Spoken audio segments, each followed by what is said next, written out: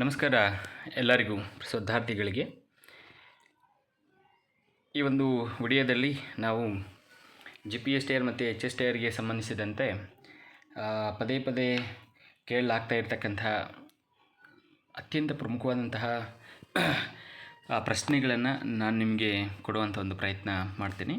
ಇದಕ್ಕೂ ಹೋಗೋದಕ್ಕಿಂತ ಮುಂಚೆ ಈ HSTR ಮತ್ತು GPSTR ಈ ಅಪ್ಲಿಕೇಶನ್ ಹಾಕೋದಕ್ಕೆ ಮೊನ್ನೆ 18ರಿಂದನೇ ವೆಬ್ಸೈಟು ಕೂಡ ಓಪನ್ ಆಗಿದೆ. ನೀವು ಅಪ್ಲೈ ಮಾಡೋದಕ್ಕಿಂತ ಮುಂಚೆ ನೀವು ಯಾವ ಡಿಸ್ಟ್ರಿಕ್ಕಿಗೆ ಯಾವ ಡಿವಿಷನ್ಗೆ ಹಾಕಬೇಕು, ಯಾವ್ಯಾವ ಸಬ್ಜೆಕ್ಟಿಗೆ ನೀವು ಎಲಿಜಿಬಿಲಿಟಿ ಇದ್ದೀರಾ, ಅವೆಲ್ಲವನ್ನು ಕೂಡ ತಿಳಿದುಕೊಂಡು ಇಲಾಖೆ ಕೊಟ್ಟಿರ್ತಕ್ಕಂತಹ ನಿಯಮಗಳಿಗೆ ಅನುಸಾರ ಯಾವುದೇ ರೀತಿಯ ತಪ್ಪುಗಳನ್ನು ಮಾಡದೆ ಸಬ್ಮಿಟ್ ಮಾಡಿ ಅಪ್ಲೈ ಮಾಡಿ ಅಂತ ಹೇಳ್ತಾ ಈ ಒಂದು ವಿಡಿಯೋದಲ್ಲಿ ಈ ಸಂವಿಧಾನಕ್ಕೆ ಸಂಬಂಧಿಸಿದಂತೆ ಕೆಲವು ಪ್ರಶ್ನೆ ಉತ್ತರಗಳನ್ನು ನಿಮಗೆ ಕೊಡುವಂಥ ಪ್ರಯತ್ನ ಮಾಡ್ತೇನೆ. ಒನ್ ಬೈ ಒಂದು ನೋಡೋಣ. ಭಾರತ ಸಂವಿಧಾನವನ್ನು ಯಾವ ದಿನ ಅಂಗೀಕರಿಸಲಾಯಿತು ಅಂತಿದೆ. ಇಲ್ಲಿ 26 ನವೆಂಬರ್ 1949 ಅವತ್ತು ಅಂಗೀಕಾರ ಆಗುತ್ತೆ. ಸಂವಿಧಾನ ಜಾರಿಗೆ ಬಂದ ದಿನ ಜನವರಿ 26, 1950 ಆ ದಿನ ಜಾರಿಗೆ ಬರುತ್ತೆ. ಅದೇ ಕರಡು ಸಮಿತಿಯ ಅಧ್ಯಕ್ಷರು ಯಾರು ಅಂತ ಕೇಳಿದರೆ ಡಾಕ್ಟರ್ BR ಅಂಬೇಡ್ಕರ್. ಸಂವಿಧಾನದ ಪಿತಾಮಹ ಎಂದು ಯಾರನ್ನು ಕರೆಯುತ್ತಾರೆ ಅಂದರೆ ಸೇಮ್ ನಮ್ಮ ಡಾಕ್ಟರ್ BR ಅಂಬೇಡ್ಕರ್ ಅವರನ್ನು ಸಂವಿಧಾನದ ಪಿತಾಮಹ ಅಂತ ಕರೀತಾರೆ. ಮೂಲಭೂತ ಹಕ್ಕುಗಳು ಯಾವ ಭಾಗದಲ್ಲಿದೆ ಅಂತಂದರೆ ಸಂವಿಧಾನದ ಭಾಗ 3ರಲ್ಲಿ ನಾವು ಮೂಲಭೂತ ಹಕ್ಕುಗಳನ್ನು ನೋಡ್ಬೋದು. ಮತ್ತು ರಾಜನೀತಿ ನಿರ್ದೇಶಕ ತತ್ವಗಳು ಭಾಗ 4ರಲ್ಲಿ ಮೆನ್ಷನ್ ಮಾಡಲಾಗಲಿದೆ. ಮೂಲಭೂತ ಕರ್ತವ್ಯಗಳು ಭಾಗ 4(a) ಅಂದರೆ ಆರ್ಟಿಕಲ್ 51(a) ಈ ಒಂದು ಮೂಲಭೂತ ಕರ್ತವ್ಯಗಳ ಬಗ್ಗೆ ತಿಳಿಸ್ಕೊಡುತ್ತೆ. ಮತ್ತು ಮೂಲಭೂತ ಹಕ್ಕುಗಳನ್ನು ಯಾವ ಆರ್ಟಿಕಲಿಂದ ಯಾವ ಆರ್ಟಿಕಲ್ವರೆಗೆ ಇರುತ್ತೆ ಅನ್ನೋದನ್ನು ನಾವು ನೋಡ್ತಾ ಹೋದರೆ ಸಮಾನತೆಯ ಹಕ್ಕು ಇದು 14ರಿಂದ ಹಿಡಿದು 18ರವರೆಗೂ ಇದೆ. ಈ 14ರಿಂದ 18 ಏನೇನಿದೆ ಪ್ರತಿಯೊಂದು ಕೂಡ ಇದು ನೋಡಿ. ಆರ್ಟಿಕಲ್ 14 ಕಾನೂನಿನ ಮುಂದೆ ಎಲ್ಲರೂ ಕೂಡ ಸಮಾನರು ಅಂತ ಹೇಳುತ್ತೆ. ಹಾಗೆಯೇ 17ನೇದು ಅತಿ ಪ್ರಮುಖವಾದದ್ದು. 17ನೇದು ಈ ಒಂದು ಅಸ್ಪೃಶ್ಯತೆಯನ್ನು ನಿರ್ಮೂಲನೆ ಮಾಡ್ತಕ್ಕಂತಹ ಆರ್ಟಿಕಲ್ ಅದಾಗಿರುತ್ತೆ. ಮತ್ತು 18ನೇದನ್ನು ನಾವು ನೋಡೋದಾದರೆ ಈ ಒಂದು ಬಿರುದುಗಳನ್ನು ಇವೆಲ್ಲವನ್ನು ಕೂಡ ರದ್ದುಗೊಳಿಸ್ತಕ್ಕಂತಹ ಆರ್ಟಿಕಲ್ ಅದು ಆಗಿರುತ್ತೆ ಅಂತ ಹೇಳಲಿಕ್ಕೆ ಇಷ್ಟಪಡ್ತೇನೆ. ಮತ್ತು 15, 16 ಏನಂತಂದರೆ ಯಾರನ್ನೂ ಕೂಡ ನಾವು ಡಿಸ್ಕ್ರಿಮಿನೇಷನ್ ಮಾಡೋಂಗಿಲ್ಲ. ಓಕೆ, ಅದ್ರ ಬಗ್ಗೆ ಹೇಳ್ತಾ ಹೋಗುತ್ತೆ. ಮತ್ತು ಸ್ವಾತಂತ್ರ್ಯದ ಹಕ್ಕು ಇವು 19ರಿಂದ 22ರವರೆಗೂ ಇದೆ. 19 ಅಂತಂದರೆ ಈ ಸ್ವಾತಂತ್ರ್ಯವನ್ನು ಏನು ಅಭಿವ್ಯಕ್ತಿ ಸ್ವಾತಂತ್ರ್ಯ ಏನು ಫ್ರೀಯಾಗಿ ಹೇಳ್ತಕ್ಕಂಥದ್ದು, ಅವರ ಆಲೋಚನೆಗಳನ್ನು ಮುಕ್ತವಾಗಿ ಹಂಚಿಕೊಳ್ತಕ್ಕಂಥ ಅಭಿವ್ಯಕ್ತಿ ಸ್ವಾತಂತ್ರ್ಯವನ್ನು, ವಾಕ್ ಸ್ವಾತಂತ್ರ್ಯವನ್ನು ಕೊಡುತ್ತದೆ. ಮತ್ತು ಶೋಷಣೆಯ ವಿರುದ್ಧದ ಹಕ್ಕು ಇದು 23ರಿಂದ 24 ಇರುತ್ತೆ. ಈ 23ನೇ ಆರ್ಟಿಕಲ್ ಏನಂತ ಹೇಳುತ್ತೆ ಅಂತಂದರೆ ಈ ಒಂದು ಮಕ್ಕಳನ್ನು 14ರ ಒಳಗಡೆ ಇರ್ತಕ್ಕಂಥ ಮಕ್ಕಳನ್ನು ಯಾವುದೇ ರೀತಿಯಾದಂಥ ಕೈಗಾರಿಕೆಗಳಲ್ಲಿ, ಗಣಿಗಾರಿಕೆಗಳಲ್ಲಿ ಎಲ್ಲೂ ಕೂಡ ಅವರನ್ನು ಕೆಲಸಕ್ಕೆ ತಗೋಬಾರ್ದು ಅಂತ ಹೇಳುತ್ತೆ. ಮತ್ತು 24ನೇ ಆರ್ಟಿಕಲ್ಲು ಸಂಪೂರ್ಣವಾಗಿ ಅದನ್ನು ರದ್ದುಗೊಳಿಸ್ತಕ್ಕಂಥದ್ದು ನಾವು ನೋಡ್ಬೋದು. ಮತ್ತು ಧಾರ್ಮಿಕ ಸ್ವಾತಂತ್ರ್ಯದ ಹಕ್ಕು ಇದು 25ರಿಂದ 28 ಆರ್ಟಿಕಲ್. ಮತ್ತು ಸಾಂಸ್ಕೃತಿಕ ಮತ್ತು ಶೈಕ್ಷಣಿಕ ಹಕ್ಕು 29, 30. ಮತ್ತು ಸಾಂವಿಧಾನಿಕದ ಪರಿಹಾರದ ಹಕ್ಕು ನೋಡಿ. ಈ ಒಂದು ಹಕ್ಕು ಏನಿದೆ ಆರ್ಟಿಕಲ್ 32 ಇದನ್ನು ಡಾಕ್ಟರ್ BR ಅಂಬೇಡ್ಕರ್ ಅವರು ಏನಂತ ಹೇಳ್ತಾರೆ ಅಂದರೆ ಸಂವಿಧಾನದ ಹೃದಯ ಮತ್ತು ಆತ್ಮ ಅಂತ ಕರೀತಾರೆ. ನೋಡಿ 14ನೇ ಕ್ವಶನ್ ಅದೇ ಇರೋದು. 32ನ್ನು ಅಂಬೇಡ್ಕರ್ ಅವರು ಏನಂತ ಕರೆದರು ಅಂತ ಸಂವಿಧಾನದ ಹೃದಯ ಮತ್ತು ಆತ್ಮ ಅಂತ. 15ನೇ ಕ್ವಶನ್ ಆರ್ಟಿಕಲ್ ಯಾವುದಕ್ಕೆ 17 ಆರ್ಟಿಕಲ್ಗೆ ಸಂಬಂಧಿಸಿದೆ ಅಂತಂದರೆ ನಾವು ಅಸ್ಪೃಶ್ಯತೆ ನಿವಾರಣೆ ಅಂತ ಹೇಳ್ಬೋದು. ಮತ್ತು 16ನೇ ಕ್ವಶನ್ ಏನಿದೆ ಅದು ಆರ್ಟಿಕಲ್ 21 ಯಾವುದಕ್ಕೆ ಸಂಬಂಧಿಸಿದೆ ಅಂತ ಇದೆ. ಇದು ಶಿಕ್ಷಣದ ಹಕ್ಕು. ಮೂಲಭೂತ ಕರ್ತವ್ಯಗಳನ್ನು ಯಾವ ತಿದ್ದುಪಡಿಯಿಂದ ಸೇರಿಸಲಾಗಿದೆ ಅಂತಂದರೆ 42ನೇ ತಿದ್ದುಪಡಿ 1976ರಲ್ಲಿ. ಪಕ್ಷಾಂತರ ವಿರೋಧಿ ಕಾನೂನು ಯಾವ ಅನುಸೂಚಿಯಲ್ಲಿದೆ ಅಂತಂದರೆ 10ನೇ ಅನುಸೂಚಿಯಲ್ಲಿ ಇರ್ತಕ್ಕಂಥದ್ದು. ಪಕ್ಷಾಂತರ ವಿರೋಧಿ ಕಾನೂನು 10ನೇ ಅನುಸೂಚಿಯಲ್ಲಿದೆ. ಮತ್ತು ಪಂಚಾಯತ್ ರಾಜ್ಗೆ ಸಾಂವಿಧಾನಿಕ ಸ್ಥಾನಮಾನ ನೀಡಿದ ತಿದ್ದುಪಡಿ 73ನೇ ತಿದ್ದುಪಡಿ. ನಗರ ಸ್ಥಳೀಯ ಸಂಸ್ಥೆಗಳಿಗೆ ಅಂತಂದರೆ 74ನೇ ತಿದ್ದುಪಡಿ ಇದಾಗುತ್ತೆ.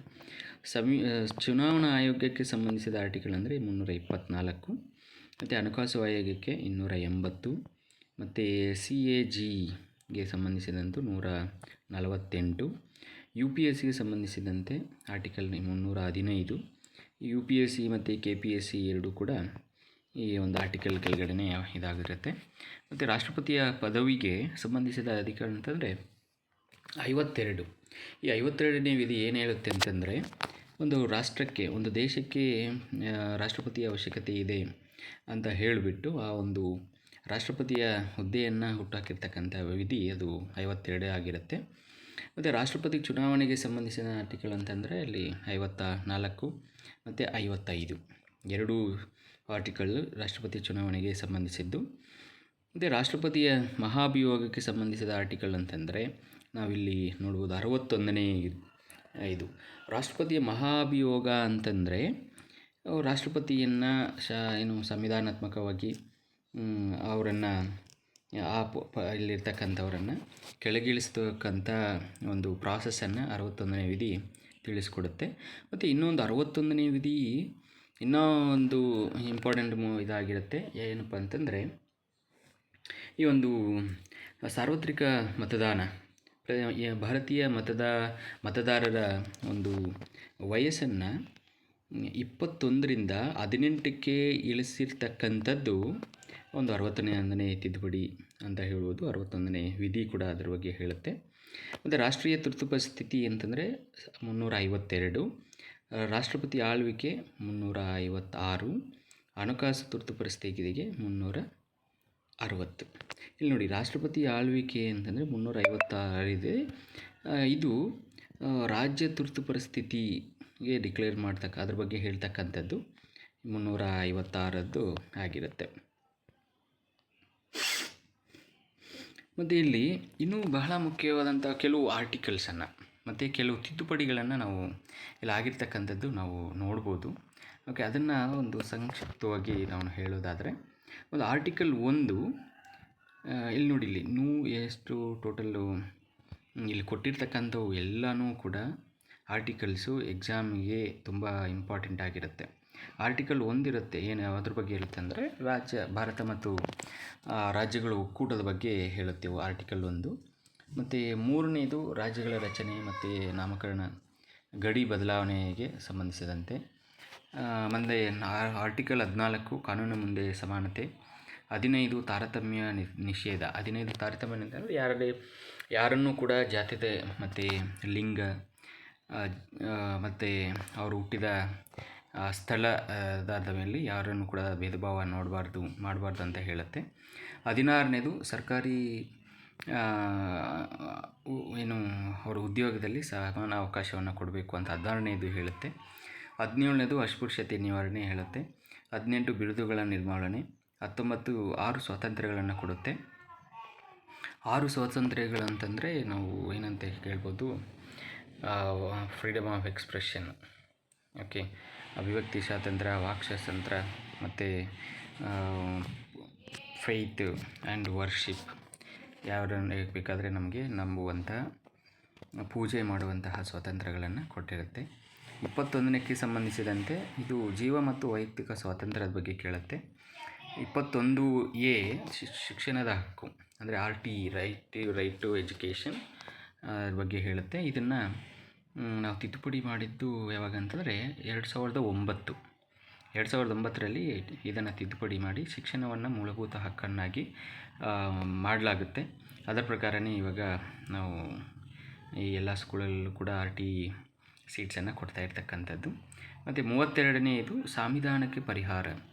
ಸಂವಿಧಾನಕ್ಕೆ ಪರಿಹಾರ ಅಂತಂದರೆ ಇದರ ಒಂದು ಆರ್ಟಿಕಲ್ ಕೆಳಗಡೆ ಪ್ರತಿಯೊಬ್ಬ ಸಾಮಾನ್ಯ ವ್ಯಕ್ತಿ ಕೂಡ ಸುಪ್ರೀಂ ಕೋರ್ಟ್ಗೆ ನ್ಯಾಯಕ್ಕೋಸ್ಕರ ಮೊರೆ ಹೋಗುವಂತಹ ಒಂದು ಅವಕಾಶವನ್ನು ಮಾಡಿಕೊಟ್ಟಿರೋದು ಈ ಒಂದು 32ನೇ ವಿಧಿ ಅಂತ ಹೇಳ್ಬೋದು. ಅದಕ್ಕೋಸ್ಕರ ಅಂಬೇಡ್ಕರ್ ಅವರು ಅದನ್ನು ನಾವು ಏನಂತ ಕರೀತಿದ್ದಾರೆ, ಸಂವಿಧಾನದ ಹೃದಯ, ಆತ್ಮ ಅಂತ ಕರೆದಿದ್ದಾರೆ. ಮತ್ತು 36ರಿಂದ 51ರವರೆಗೆ ರಾಜನೀತಿ ನಿರ್ದೇಶಕ ಸತ್ತುಗಳು ಅಂದರೆ directive principles of state policy. 40ನೇದು ಗ್ರಾಮ ಪಂಚಾಯಿತಿಗಳ ಸಂಘಟನೆ, ಯಾವುದು 40ನೇದು. ಮತ್ತು 44 ಸಮಾನ ನಾಗರಿಕ ಸಂಹಿತೆ, ಯೂನಿಫಾರ್ಮ್ ಸಿವಿಲ್ ಕೋಡ್ ಅಂತ ಕರಿತೀವಿ, ಅದ್ರ ಬಗ್ಗೆ ಹೇಳುತ್ತೆ. 48 ಪರಿಸರ ಸಂರಕ್ಷಣೆ. ಹೀಗೆ ಕೆಲವನ್ನ ಮೇಲೆ ಇದರಲ್ಲಿ ನಾನು ಹೇಳಿದ್ದೀನಿ, ಇಲ್ಲಿ ನೀವು ನೋಡ್ಬೋದು. ಮೂಲಭೂತ ಹಕ್ಕುಗಳಂದರೆ ಮೂಲಭೂತ ಕರ್ತವ್ಯಗಳು 51 ವಾರಿಯೇ. 50 ಅಂತಂದರೆ ನ್ಯಾಯಾಂಗ, ಕಾರ್ಯಾಂಗ ಪ್ರತ್ಯೇಕತೆ. ಓಕೆ, ನೋಡಿ, ಈ ಕಾರ್ಯಾಂಗವನ್ನು, ಎಕ್ಸಿಕ್ಯೂಟಿವನ್ನು ಜುಡಿಷಿಯರಿಯಿಂದ ಪ್ರತ್ಯೇಕವಾಗಿ ವಿಂಗಡಣೆ ಮಾಡಲಾಗ್ತಾರೆ, ಡಿವೈಡ್ ಮಾಡ್ತಾರೆ. 52 ರಾಷ್ಟ್ರಪತಿ ಬಗ್ಗೆ ಹೇಳುತ್ತೆ. 54 ರಾಜ್ಯಪತಿ ಅಂದರೆ ಗವರ್ನರ್ ಚುನಾವಣೆ ಬಗ್ಗೆ ಹೇಳುತ್ತೆ. ಉಪರಾಷ್ಟ್ರಪತಿ ಇದು 63. ಅಟಾರ್ನಿ ಜನರಲ್ ಬಗ್ಗೆ 76. 123 ರಾಷ್ಟ್ರಪತಿಯ ಸುಗ್ರೀವಾಜ್ಞೆ. 143 ಸುಪ್ರೀಂ ಕೋರ್ಟ್ ಸಲಹಾ ಅಧಿಕಾರ ಇರುತ್ತೆ. ಹಣಕಾಸು ಆಯೋಗ ಬಂದುಬಿಟ್ಟು 280. ಚುನಾವಣಾ ಆಯೋಗಕ್ಕೆ ಸಂಬಂಧಿಸಿದಂತೆ 324. ಇಲ್ಲಿ ಇವು ಇಂಪಾರ್ಟೆಂಟ್ ಅಮೆಂಡ್ಮೆಂಟ್ಸು ಯಾವೆಲ್ಲ ಕೇಳ್ತಾರೆ ಅಂತ ನೋಡಿ. 1ನೇ ತಿದ್ದುಪಡಿ ಇದು ಭೂ ಸುಧಾರಣೆಗೆ ಸಂಬಂಧಿಸಿದಂತೆ. 42ನೇದು ಇದು 1976ರಲ್ಲಿ ನಡೆಯುತ್ತೆ, ಮಿನಿ ಕಾನ್ಸ್ಟಿಟ್ಯೂಷನ್. ಅಂದರೆ ಈ ಒಂದು ತಿದ್ದುಪಡಿಯ ಮುಖಾಂತರ ನಾವು 2 ಪದಗಳನ್ನು ಇದರಲ್ಲಿ ಸೇರಿಸಲಾಗುತ್ತೆ. ಓಕೆ, ಅದು ಯಾವುದಂದರೆ ಸೆಕ್ಯುಲಾರಿಸಮ್ ಅನ್ನೋದನ್ನು, ಸೋಷಲಿಸ್ಟ್ ಅನ್ನೋ 2 ಪದಗಳನ್ನು ಸೇರಿಸ್ತಾರೆ. 44ನೇದು 1978, ಇದು ತುರ್ತು ಪರಿಸ್ಥಿತಿ ಬದಲಾವಣೆಗೆ ಸಂಬಂಧಿಸಿದಂತೆ ಆಗಿರುತ್ತೆ. 52ನೇದು ಪಕ್ಷಾಂತರ ವಿರೋಧ ಕಾನೂನು, 52ನೇ ತಿದ್ದುಪಡಿಯಲ್ಲೇ ಆಗುತ್ತೆ, ಇನ್ನು 1985. 61ನೇದು ನಾನು ಆಲ್ರೆಡಿ ಹೇಳಿದೆ. 61ನೇ ತಿದ್ದುಪಡಿ 1988ರಲ್ಲಿ ಮತದಾನದ ಹಕ್ಕು 21 ಇದ್ದಾಗ, ಅದಕ್ಕಿಂತ ಮುಂಚೆ ಅದನ್ನು 21ರಿಂದ 18ಕ್ಕೆ ಇಳಿಸಿರ್ತಕ್ಕಂಥದ್ದು. ಮತ್ತು 73ನೇದು ಪಂಚಾಯತ್ ರಾಜ್, ಅದನ್ನು 3 ಟೈರ್ ಸಿಸ್ಟಮ್ ಆಗಿ ತರ್ತಾರೆ. ಏನು ಗ್ರಾಮ ಪಂಚಾಯತಿ ವಿಲೇಜ್ ಲೆವೆಲಲ್ಲಿ, ತಾಲೂಕ್ ಪಂಚಾಯತ್ ತಾಲೂಕ್ ಲೆವೆಲಲ್ಲಿ, ಡಿಸ್ಟ್ರಿಕ್ಟ್ ಪಂಚಾಯತ್ ಡಿಸ್ಟ್ರಿಕ್ಟ್ ಲೆವೆಲಲ್ಲಿ ಅಂತ. ಹಾಗೆ 74ಕ್ಕೆ ಸಂಬಂಧಿಸಿದಂತೆ ನಗರ ಸ್ಥಳೀಯ ಸಂಸ್ಥೆಗಳು ಅಂದರೆ local self governments in urban area. 86ನೇ ತಿದ್ದುಪಡಿ ಶಿಕ್ಷಣದ ಹಕ್ಕು, ಆರ್ಟಿಕಲ್ 21A ಇದ್ರ ಬಗ್ಗೆ ಹೇಳ್ತದೆ, 2002 ಅಂತಿದೆ. ಮತ್ತು 101ನೇದು ಇದು GSTಗೆ ಸಂಬಂಧಿಸಿದ್ದು. 103ನೇದು EWS ಮೀಸಲಾತಿ. 106ನೇದು ಮಹಿಳಾ ಮೀಸಲಾತಿ. ಇದು ಏನಂತ ಅಂತಂದರೆ 106ನೇ ತಿದ್ದುಪಡಿ ನಾರಿ ಶಕ್ತಿ ಅಭಿಯಾನ್ ಅಂತ ಹೇಳ್ಬಿಟ್ಟು ಒಂದು ಇದನ್ನು ಇಟ್ಕೊಂಡು, ಮೋಟೋವನ್ನು ಇಟ್ಕೊಂಡು ಈ ತಿದ್ದುಪಡಿಯನ್ನು ಮಾಡ್ತಾರೆ. ಏನಕ್ಕೆ ಅಂತಂದರೆ ಮಹಿಳೆಯರಿಗೆ ಲೋಕಸಭಾ ಚುನಾವಣೆಗಳಲ್ಲಿ 33% ಅವ್ರಿಗೆ ಕೊಡಬೇಕು ರಿಸರ್ವೇಷನ್ ಅಂತ ಹೇಳ್ಬಿಟ್ಟು ಇದನ್ನು ಮಾಡ್ತಾರೆ. ಓಕೆ, ಇಷ್ಟು ಈ ಒಂದು ವಿಡಿಯೋದಲ್ಲಿ. ಇನ್ನು ಬರುವ ವಿಡಿಯೋಗಳಲ್ಲಿ ಹೊಸ ಇಂಪಾರ್ಟೆಂಟ್ ಕ್ವೆಶನ್ಸನ್ನು ನಿಮಗೆ ಕೊಡ್ತೀನಿ ಅಂತ ಹೇಳ್ತಾ ನಾನು ಈ ವಿಡಿಯೋನ ಮುಗಿಸ್ತೀನಿ. ಧನ್ಯವಾದಗಳು.